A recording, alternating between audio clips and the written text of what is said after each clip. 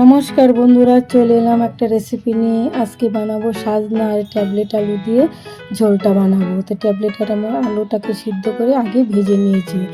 আর এখানে মুগ ডাল নিয়েছি। মুগ ডালটাকে আমি পেস্ট করে নেব, ভিজিয়ে ভালো করে ধুয়ে দুটো কাঁচা লঙ্কা দিয়ে এখন মিক্সচারে আমি পেস্ট করে নেব। তো পেস্ট করে নিয়ে বন্ধুরা চলে এলাম, এখন ঢেলে নিলাম। ঢেলে নিয়ে এখন রেডি করব ভাজার জন্য। লবণ দিয়ে দিলাম, হলুদের গুঁড়ো দিয়ে দিলাম বেসন দিয়ে দিব, একটু ধনিয়া পাতার কুচি নিয়ে ভালো করে মাখিয়ে ফেটিয়ে নেব। তো তার উপরে ফেটিয়ে নিয়ে নিলাম, তার উপরে দিয়ে দিলাম একটু হিং দিয়ে আর একটু ভালো করে ফেটিয়ে নেব। নিয়ে এখন ভাজার জন্য রেডি কড়াই বসিয়ে দিয়েছি। এখন বড়াগুলো দিয়ে দিচ্ছি ডালের। তা আমি চামচের দ্বারাই দিয়ে দিচ্ছি, আপনারা ভালো লাগলে হাত দিয়েও দেবেন, কোনো অসুবিধা নেই, যেভাবে ভালো লাগে দেবেন। তো একে একে আমি বড়াগুলো দিয়ে দিচ্ছি, দিয়ে ভেজে নেব। তো বড়াগুলো আমি দিয়ে দিলাম, এক পিঠ হয়েছে, আরেক পিঠ উল্টিয়ে দিচ্ছি, দিয়ে এখন নামানোর জন্য প্রস্তুত হয়ে গেছে। নামিয়ে নিচ্ছি বড়াগুলো। তো আমি সবগুলো বড়াই একবারে ভেজে নিলাম বন্ধুরা।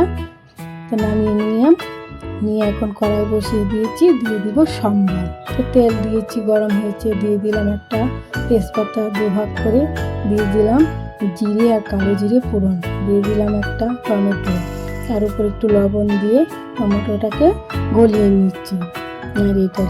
গলিয়ে নিয়ে নিলাম। এখন দিয়ে দেবো কিছু মশলা, হলুদের গুঁড়ো দিয়ে দিলাম মৌরি বাটা, জিরে বাটা, আদা বাটা, আর দিয়ে দেবো কাঁচা লঙ্কা বাটা, দিয়ে ভালো করে মশলাটা কষিয়ে নেব বন্ধুরা। কষানোর উপরে তো তরকারির টেস্টটা বেড়ে যায়, তাই না? তো ভালো করে মশলাটা কষিয়ে নিয়ে নিলাম।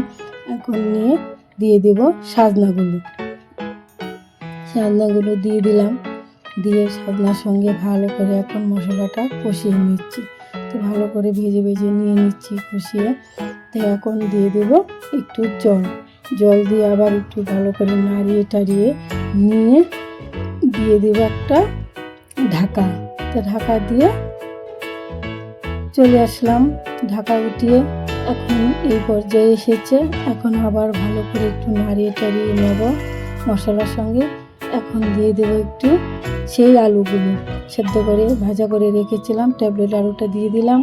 এখন দিয়ে দেব সর্ষে বাটা, সাদা কালো সর্ষে মিশিয়ে আমি বাটা করেছি, সেই সর্ষে বাটাটা এখন দিয়ে ভালো করে আবার সবজির সঙ্গে একটু কষিয়ে নিচ্ছি। কষিয়ে নিয়ে চলে আসলাম, এই পর্যায়ে দিয়ে দেব জলটা আমার একটু অনেকটাই লাগবে, কারণ বড়াগুলো আছে, বড়াগুলোর জন্য জলটা একটু বেশি দিতে হবে, পাতলায় ঝোল হবে। তাই আমি পর্যাপ্ত পরিমাণে জলটা দিয়ে দিলাম।